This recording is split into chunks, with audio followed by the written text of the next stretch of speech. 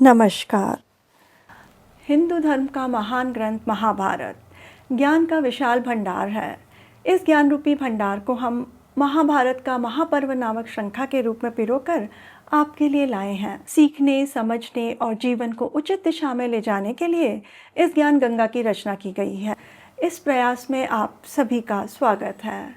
इसमें मैं डॉक्टर योगिता पंत, मार्गदर्शक, गुरु एवं हिंदू विचारक डॉक्टर अनिल चावला जी के सम्मुख कुछ जिज्ञासाएं प्रकट करूंगी और वे समाधान करेंगे। आइए बुद्धि और विवेक के देवता विघ्नहर्ता गणेश, देवी सरस्वती, द्वापायन कृष्ण और वासुदेव कृष्ण को सादर नमन कर इस वार्तालाप का आनंद लें। अनिल जी, बहुत बहुत स्वागत है आपका। नमस्कार। अनिल जी, पिछले प्रकरण में आपने बताया था कि राजसूय यज्ञ के प्रारंभ में वासुदेव कृष्ण की सर्वप्रथम पूजा किए जाने से के दौरान जो विवाद हो गया था, उसमें भीष्म पितामह ने बातचीत हो रही थी उसको निरर्थक समझा और उन्होंने युद्ध के लिए खुला निमंत्रण दे दिया। इसके बाद चेदीराज शिशुपाल ने कुछ कहा।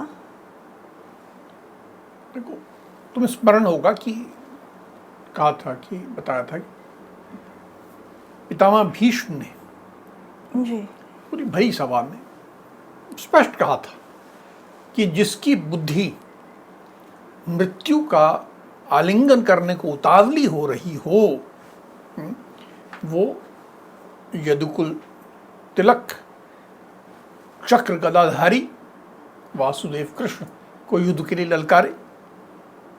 स्पष्ट कहा था जी। अब जो चेदीराज शिशुपाल था, उसके तो सिर पर काल मंडरा रहा था जी।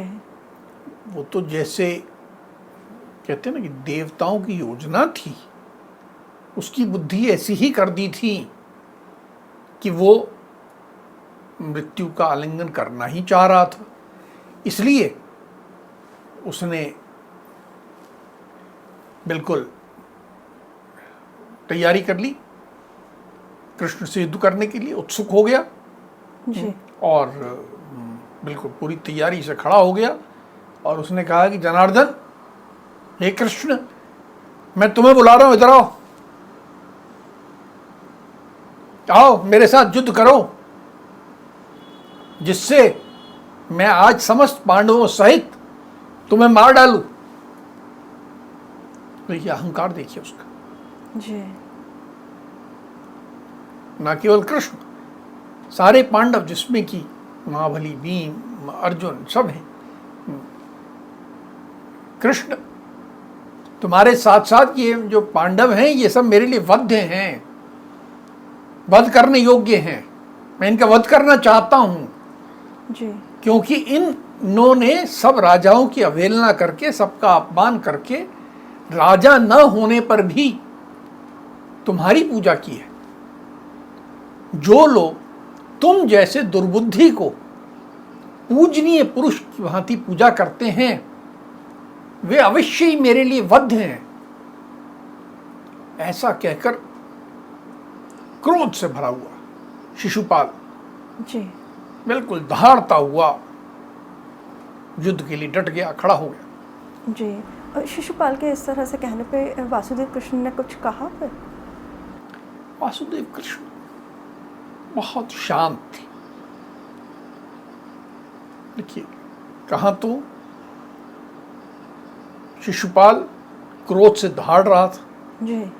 और ये बिल्कुल शांत, कोई एक उत्तेजना, कोई क्रोध, कुछ नहीं, पर बड़े अत्यंत शांत भाव से और मधुर वाणी में खड़े होकर उन्होंने उपस्थित राजाओं से कहा, उन सबको संबोधित करते हुए कहा कि हे भूमिपालों, ये है तो यदुकुल की कन्या का पुत्र, जी। परंतु हम लोगों से अत्यंत शत्रुता रखता है। हम सब यदुकुल वालों से इसकी बड़ी शत्रुता है, जबकि सच बात यह है कि यादवों ने कभी इसका कोई अपराध नहीं किया है, तो भी ये क्रूरात्मा उनके अहित में ही लगा रहता है, हर तरह से यादवों का नुकसान करने में लगा रहता है। हे नरेश्वरों, हे राजाओं, जब हम लोग प्राग ज्योतिषपुर गए थे जी तब ये बात इसे मालूम पड़ गई। तो इसने हमारी अनुपस्थिति का फायदा उठाते हुए हमारी द्वारका में आग लगवा दी। ये इस तरह का दुर्बुद्धि है। एक बार भोजराज उग्रसेन रैवतक पर्वत पर क्रीड़ा कर रहे थे, उस समय ये वहां पहुंचा और उनके सेवकों को मारकर तथा शेष व्यक्ति को कैद करके अपने नगर में ले गया। इस तरह हमें परेशान करता रहता है। मेरे पिताजी ने अश्वमेध यज्ञ का निर्णय ले लिया था, उसकी दीक्षा ले चुके थे जी और उसके लिए एक पवित्र घोड़ा छोड़ भी दिया था। ये जो कि मेरे पिताजी का भांजा है, जी मतलब मेरे पिताजी इसके मामा लगते हैं, इस दुष्टात्मा ने यज्ञ में विघ्न डालने के लिए उस अश्व को भी चुरा लिया ताकि मेरे पिताजी अश्व यज्ञ ना कर सके।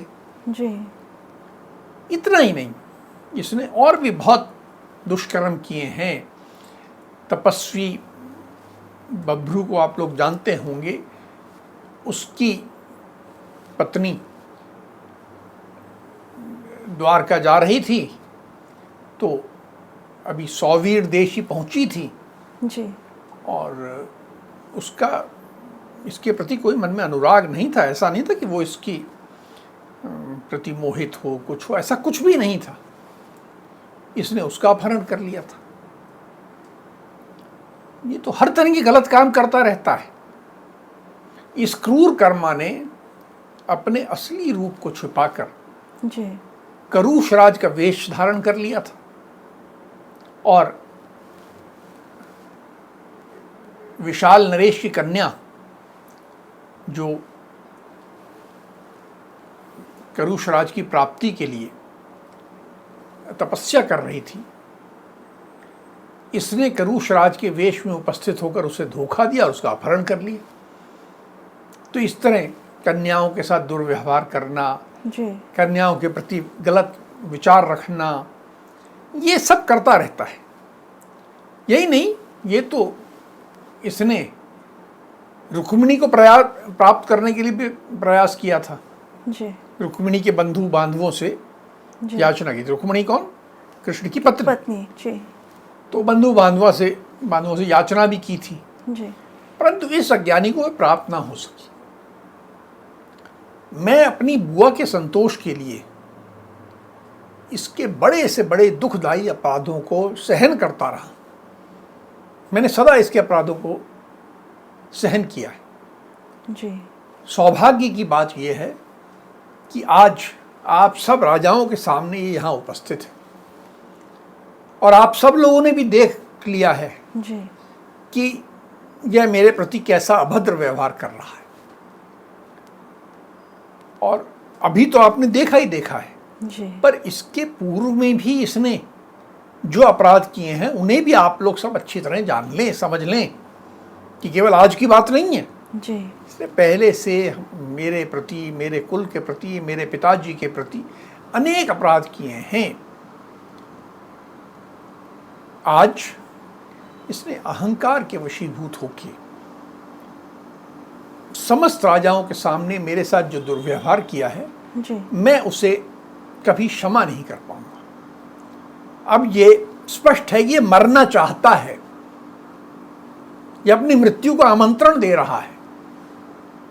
इस प्रकार वासुदेव कृष्ण ने अपनी बात समस्त राजाओं के सम्मुख रखी ताकि समस्त राजा समझ लें जी कि ये जो व्यक्ति है ये कितना गलत है, जी और वध करने योग्य है। मत करने योग्य है। जी अनिल जी, एक तरफ से कहें तो वासुदेव कृष्ण ने तो शिशुपाल की पूरी पोल पट्टी खोल के रख दी, उसके अपराधों के बारे में इतना विस्तार पूर्वक सबको बताया, पूर्व के अपराधों के बारे में।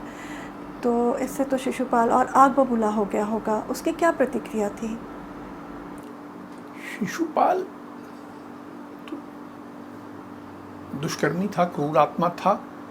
जी अच्छे व्यक्ति को अगर आप बोलो कि तूने गलती कर ली तो शर्मिंदा होता है, जी लेकिन बुरा व्यक्ति तो हंसने लगता है, उसको ये मजाक लगता है। शिशुपाल बेशर्मी से खिलखिला के हंसने लगा और कहने लगा कि कृष्ण, तुम जैसा निर्लज्ज नहीं देखा मैंने। उल्टा कृष्ण पे दोषारोपण करने लगा। तुम इस भरी सभा में सबके सामने बता रहे हो कि जो तुम्हारी पत्नी है वो पहले मेरी वाग्दत्ता थी। वाग्दत्ता अर्थात जिसके बारे में शब्द दे दिया गया हो कि हाँ ये तुम्हें दी जाएगी। कई बार होता ना कि हम एक आजकल भी उसको एक रोका सेरेमनी कहते हैं। जी जी, वचन दे देते हैं कि हाँ, वचन दे देते हैं कि भाई जिसके बारे में एक वचन दिया जा चुका हो। जी तुम सबके सामने कह रहे हो और तुम्हें शर्म भी नहीं आ रही कि तुम्हारी पत्नी रुक्मिणी पहले मेरी मनोनीत पत्नी थी। इसको बताते हुए तुम्हें लज्जा नहीं आ रही? तुम बड़े निर्लज्ज आदमी हो। तुम्हारे सिवा कोई वैसा पुरुष नहीं होगा जो भरी सभा में अपनी पत्नी को दूसरे की वाग्दत्ता बताते हुए वर्णन करता रहे। जी और तुम्हारे मन में अपनी बुआ के प्रति क्या श्रद्धा है क्या नहीं है, मुझे इससे कोई फर्क नहीं पड़ता, मुझे कोई लेना देना नहीं है। तुम मेरे अपराध क्षमा करो या ना करो, तुम मुझ पर कुपित हो या प्रसन्न हो, इन सब से मेरा क्या बनने बिगड़ने वाला है। शिशुपाल इस तरह अनर्गल बातें करने लगा जी और उन बातों को सुनकर सारे वहां उपस्थित राजा जी में जो समझदार थे वो भी धिक्कारने लगे। ये कैसा आदमी, कैसे अनर्गल प्रलाप कर रहा है, कैसी बातें कर रहा है। तो जो कृष्ण सबको बताना चाहते थे कि ये क्रूरात्मा है, बुरा व्यक्ति है, जी वो उसने अपने व्यवहार से और अधिक सिद्ध कर दिया। जी अनिल जी, जैसे आपने बताया कि शिशुपाल अनर्गल बातें कर रहा था, तो फिर इसकी वासुदेव कृष्ण ने क्या क्या कहा उससे, क्या प्रतिक्रिया थी उनकी? उन्होंने कुछ कहा नहीं। जब शिशुपाल इस तरह की बातें कर रहा था जी तब कृष्ण ने दैत्य वर्ग विनाशक सुदर्शन चक्र का स्मरण किया जी और चिंतन करते ही तत्काल चक्र उनके हाथ में आ गया। उसके बाद कृष्ण ने उच्च स्वर में सब राजाओं को संबोधित करते हुए जी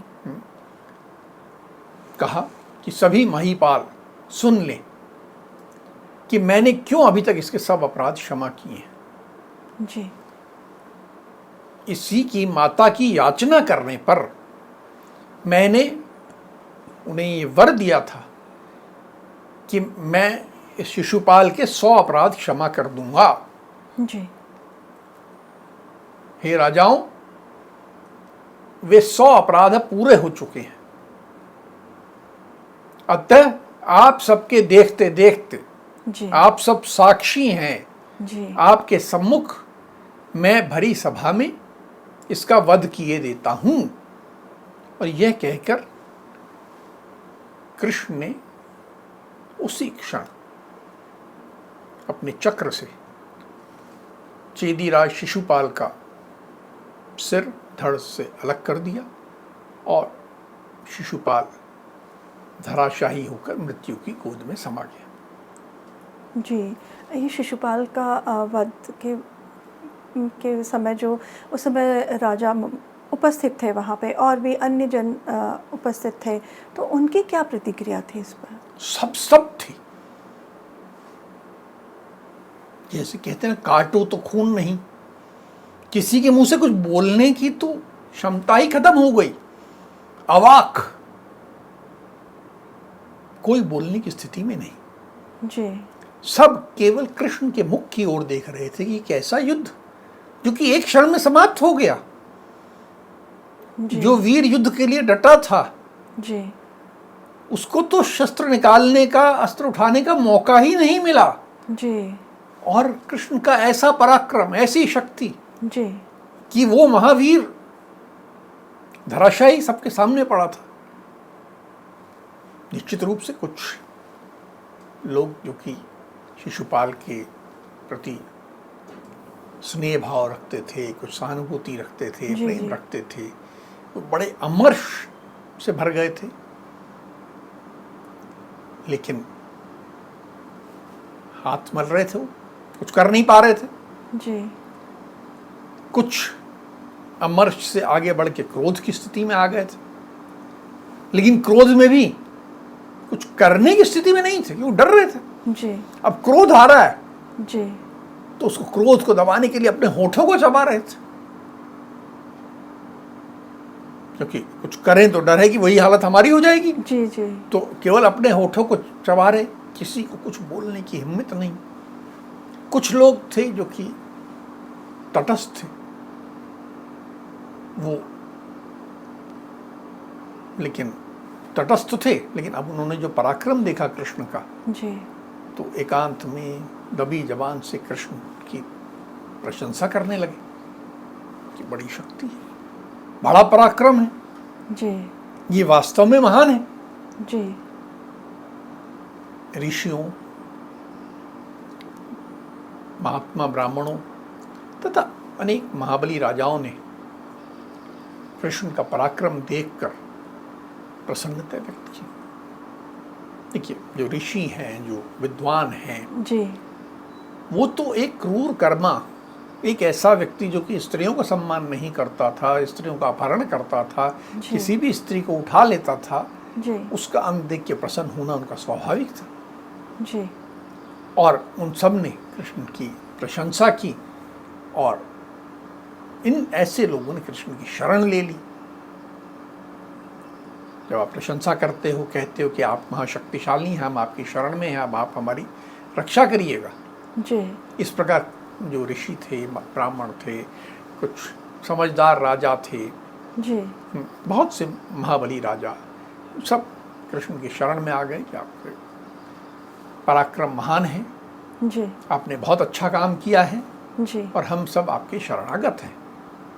जी। अनंत जी, शिशुपाल वध के बाद फिर धर्मराज युधिष्ठिर ने क्या किया?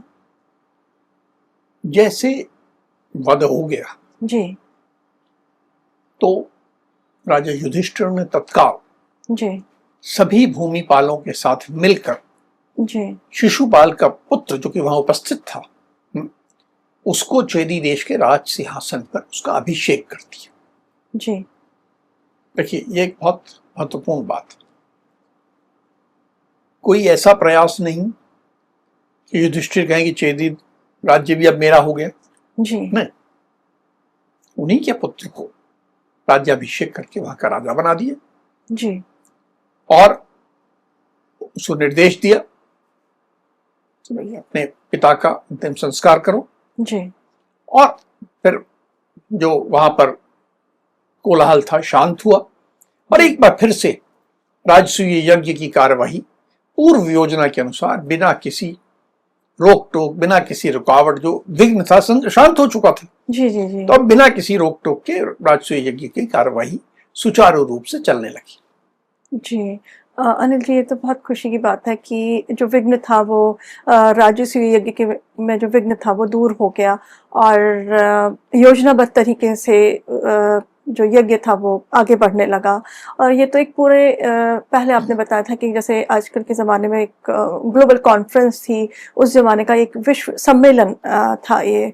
और इसके स्वरूप के बारे में आपने पहले तो उल्लेख किया था।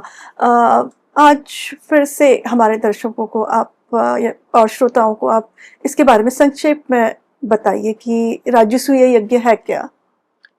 तो तुमने बिल्कुल ठीक कहा कि वास्तव में विश्व सम्मेलन था। जी, जगत के सभी ब्राह्मण यानी विद्वान, जी, ऋषि जो कि ज्ञान के अर्जन में लगे हुए हैं, क्षत्रिय, वैश्य, शूद्र वर्णों के प्रतिनिधि, सभी जातियों के प्रतिनिधि, जनजातियों के प्रतिनिधि उस यज्ञ में उपस्थित हुए, और उनके बीच जो विचार विमर्श हुआ जी, वह निश्चय ही अत्यंत महत्वपूर्ण था कि समाज का संचालन कैसे होना चाहिए। इस विषय में एक व्यापक विचार विमर्श, जी ये तय करना कि समाज की दिशा क्या हो, जी इस दिशा का निर्धारण करने का जो प्रमुख कार्य है वो करते हैं ऋषि।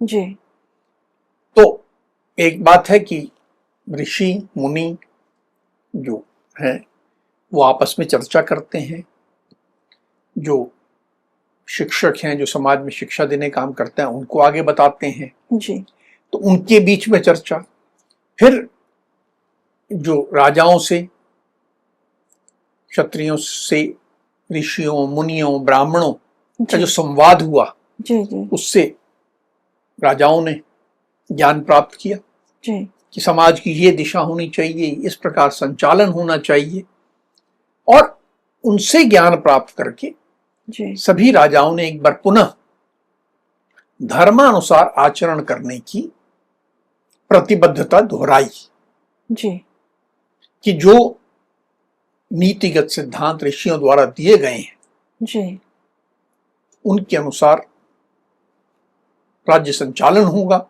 जी ब्राह्मण उन्हीं सिद्धांतों को जन जन तक पहुंचाएंगे जी और उन्हीं सिद्धांतों के द्वारा सत्ता का संचालन भी होगा और अंकुश भी लगेगा। जी और इस सब का संकल्प जी राजाओं ने भी वहां लिया और बाकी जितने लोग हैं, चाहे वैश्य हों चाहे शूद्र हों, सबने ये संकल्प लिया। जी तो ये मुख्य कार्य था। अब पूरे जगत से आए ऋषियों मुनियों ब्राह्मणों के प्रति जी प्रतिबद्धता प्रदर्शित की गई कि साथ साथ उनका सम्मान स्वागत सत्कार किया गया। जी मुकुट कुंडल हार आभूषण इत्यादि धारण किए हुए राजाओं ने विद्वत जनों को तरह तरह से सम्मानित किया, उनको नाना प्रकार के भोज्य पदार्थ भी परोसे। जी बिठा के खाना खिलाने को हमारे यहाँ बहुत विशेष माना गया है। जी तो ऋषि बैठे हैं और राजा मुकुट पहने हुए आभूषण पहने हुए उनको भोजन परोस रहे हैं, उनकी सेवा कर रहे हैं। तो ये भी किया गया।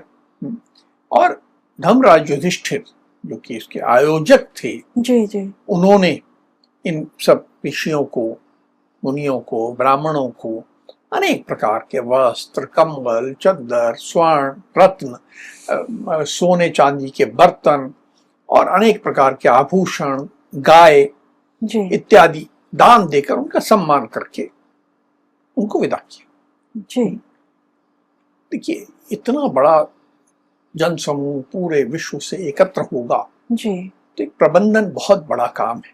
जी सब लोगों के भोजन की, शैया की, वस्त्र की, मनोरंजन की जी सारी व्यवस्था करना बहुत विशाल बहुत कठिन कार्य है।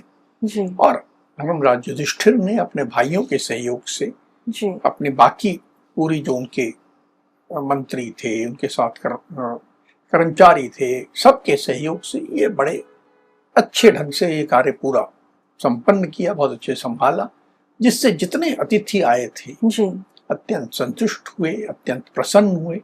और इसी भाव से ये पूरा संपन्न होने पे सबने जी धर्मराज युधिष्ठिर और पांडवों की बहुत बहुत प्रशंसा की, उन्हें बहुत बहुत आशीष दी। जी अनुज जी, राज्यसूय यज्ञ तो सफलतापूर्ण संपन्न हो गया। अब इसके बाद क्या किया गया? देखिए हमने देखा कि प्रारंभ कहाँ से हुआ, तो पूजन से। जी जो ऋषि ब्राह्मण ऋषि राजाओं में जो एक एक करके सब राजाओं का जी ये जो सबका पूजन का काम था जी जी उसी से हुआ। जी समापन भी वैसे कि जिन ऋषियों ने यज्ञ संपन्न कराने में जी प्रमुख भूमिका निभाई, जी चाहे द्वैपायन कृष्ण हो, धौम्य हो, महर्षि नारद हो, सुमंतु हो, जैमिनी हो, पेल हो, वैशंपायन हो, याज्ञवल्क्य हो इत्यादि अनेक प्रमुख महर्षि आए थे, सबका ये कार्य संपन्न हो जाने पर सत्कार एवं पूजन किया गया।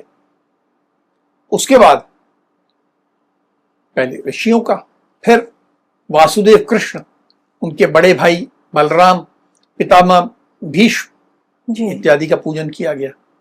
तो इन्होंने प्रमुख भूमिका निभाई। जी जी फिर सब राजा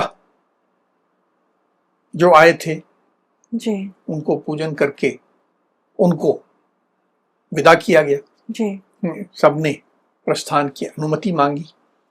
धर्मराज राजा युधिष्ठिर के आदेश से जी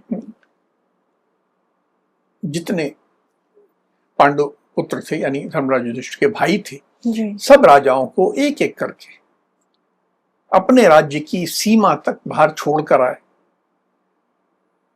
जी होता नहीं, छोड़ने तक अपन रेलवे स्टेशन जाते हैं ना किसी जी को, जी जी तो वैसे ही आप रथ से अपने जा रहे हो, लेकिन हम अपने राज्य की सीमा तक आपको विदा करने आएंगे। जी उसके बाद वासुदेव कृष्ण ने युधिष्ठिर से प्रस्थान की आज्ञा मांगी, माता कुंती से भी मांगी, और जाके सुभद्रा और द्रौपदी जी से मिलकर विदाई ली।